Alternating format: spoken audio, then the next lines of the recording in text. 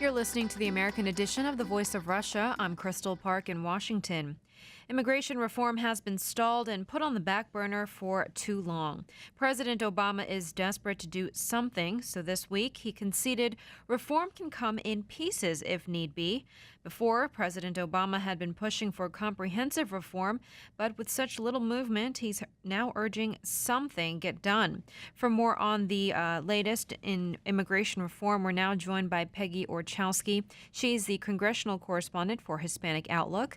That's a bi-monthly magazine. She's also the author of Immigration and the American Dream, Battling the Political Hype and Hysteria. She joins us now in the studio. Hi, Peggy. Hi, Crystal. Thanks for being with us today. Happy to be here. Immigration reform was getting a lot of steam earlier this month, and it seems that it's lost most of that steam. Bring us up to date. Where exactly does immigration reform stand right now?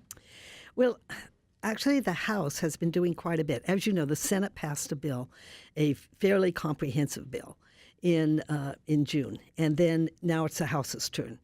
And the House, Boehner, the leader, and several of the other leaders of the Republican-led House said they will not consider a comprehensive bill in the floor. That is DOA. That's dead on arrival. However, they have been working for months, ever since the beginning of the 113th Congress here, on a series of small bills. One of them included the D.R.E.A.M Act. So the very last hearing that was held in the House in July was actually about a Republican D.R.E.A.M Act. They're calling it the Kids Act. But it's very much the same, very sympathetic population, kids under 16 who were brought in or who came in before the age of 15 and who finished high school or at least got a GED.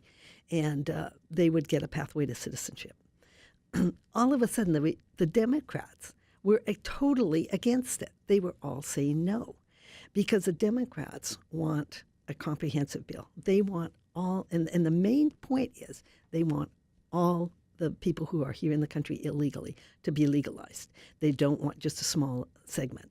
So suddenly you had Luis Gutierrez standing up in the hearing. I mean, he was a witness, actually, saying it's un-American to only legalize a few people. You have to legalize everybody. And some of the witnesses were demanding that even the parents and relatives of some of the dreamers who would be legalized and who had been deported, even they should be legalized. So you get to wonder, are the Democrats really serious about immigration reform? Or is this a political bait-and-switch game? Peggy, do you think that is the biggest sticking point, the issue of what to do with the undocumented immigrants who are currently living here? Is that is the only issue as far as the Democrats are concerned.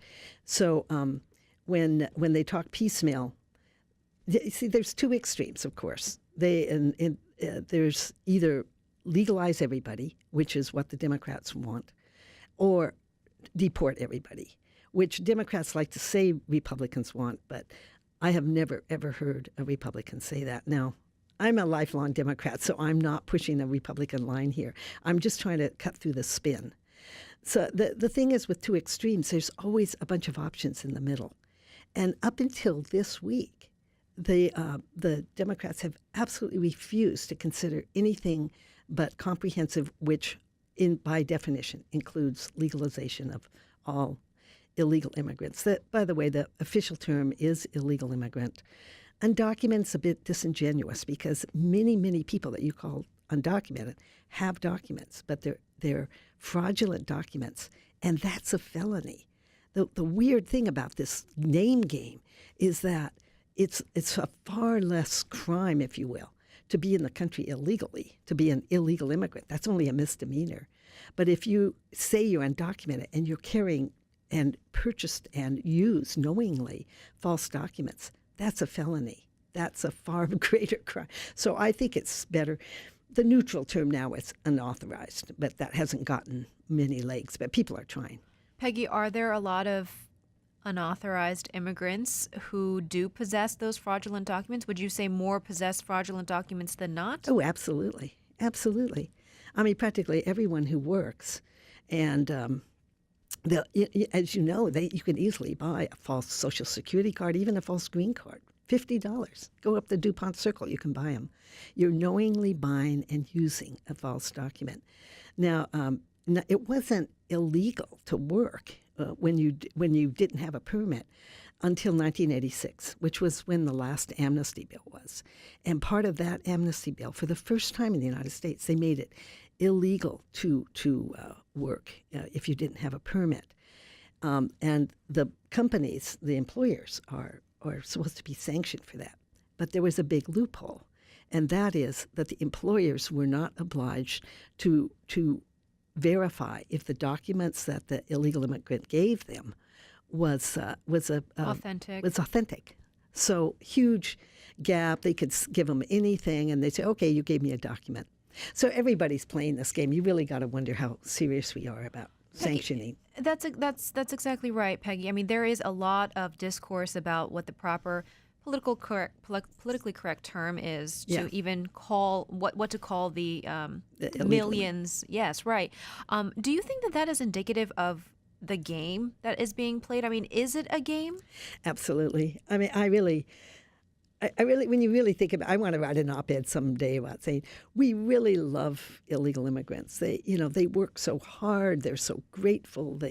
I have some crews working next to me right now, and they've told me that most illegal immigrants will tell you they're not in the country illegally, and they sing on the job. I mean, what's not to like about them? And they're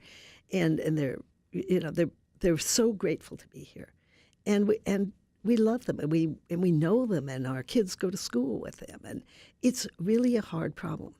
And the hardest problem is the deportation thing.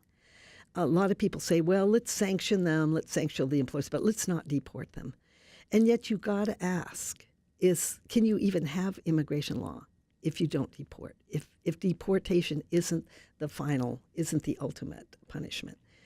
Well, you were talking about the piecemeal legislation, the D.R.E.A.M Act being one of them. What are some of the other little bits of legislation that Republicans are trying to get passed through? There's fabulous stuff. I mean, stuff that really every Democrat agrees with. So, and even Mark Zuckerberg. So you have expanding the number of H-1Bs here, giving foreign students who graduate in the STEM fields with a graduate degree, giving them an automatic green card. There's the E-Verify, which even the Democrats say, well, don't sanction the worker, sanction the employer.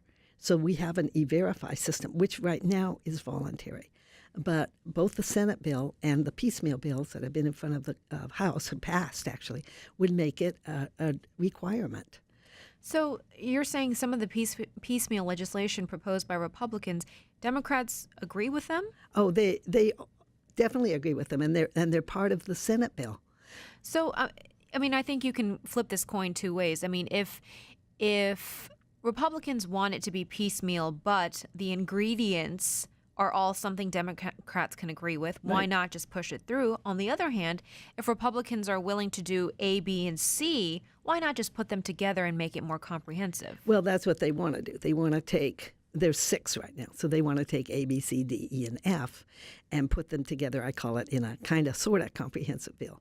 The thing is, it will not include the legalization of every illegal immigrant that's in the country. And that is where the Democrats for the last 6-8 years have drawn the line. So even when it's a D.R.E.A.M Act, they have drawn the line. Now they'll say, you can really start looking at this politically. The Dreamers who are very sympathetic and they're constantly, demonstrating, and I think they are now beginning to stalk Boehner and all that. They're actually protected for the next 3 years.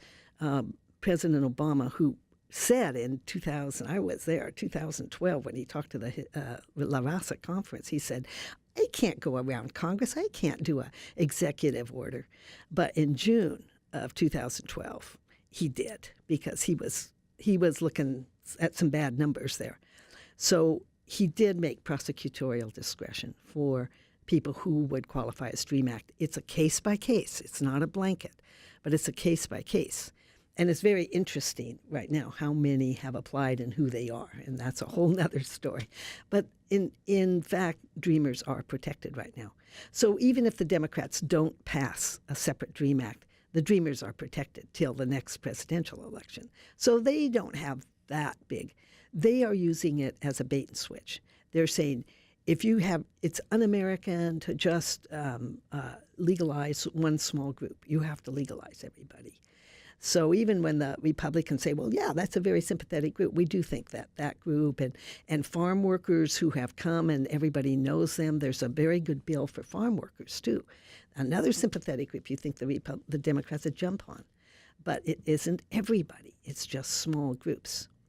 Now, Peggy, that is addressing what to do with the illegal immigrants who are living here now. Right. There are also other ways that we can have immigration reform, beginning with how they come over in the first place. What are some of the ideas being floated around from Congress, Republicans and Democrats, regarding that angle? Well, the biggest thing that I must say that Obama talks about all the time in every State of the Union he's talked about is giving the foreign students visas. And also giving more H-1Bs. That's what Zuckerberg wants. The Latino community is very concerned about that because they said, you're just going for high-tech workers. You're not following and a lot of liberals have a problem with this too because they somehow think that poem on the Statue of Liberty is immigration policy, that our immigration policy is to let in all the poor and huddled masses. And it's really not. I mean, when you get down to the core of immigration, it's about work. And every nation state is dying to have the best immigrants possible who are going to create jobs. That's what they want. So an Obama who, when you think of it, both his fathers, both the Indonesian father and the African father, were foreign students. So he's very sympathetic to foreign students. He's not particularly that interested in farm workers or poor people. He's not. And unfortunately, that's being reflected in some of the refugee visas. He hasn't been taking a real leadership in opening up the refugee visas, even for the translators. That, by the way, is also on the docket. Peggy, we only have a minute or so left, but bottom line, I mean, we are looking at the end of 2013, facing 2014. Do you think that any type of immigration, piecemeal or comprehensive, is going to be achieved within the next year? I think there's a good chance for some piecemeal if it is not combined as a conference bill with the Senate. That's a good chance. However, for the Senate race for 2014, it's really not that important. The Latino vote is not important for the 2014 election. There are very few target states, and this is all about the Senate. There are very few target Senate states that have any Latino vote at all. So I think it might be pushed off till 2015, till the presidential election. Unfortunate news, but hopefully maybe something will come through earlier. I hope so. At least for some pieces of it. Our guest today in studio has been Peggy Orchowski. She's the Congressional Correspondent for Hispanic Outlook. She also has a new book out. It's called Immigration and the American Dream, Battling the Political Hype and Hysteria. Peggy, thanks so much for being with us. Thanks. Good questions. Thank you.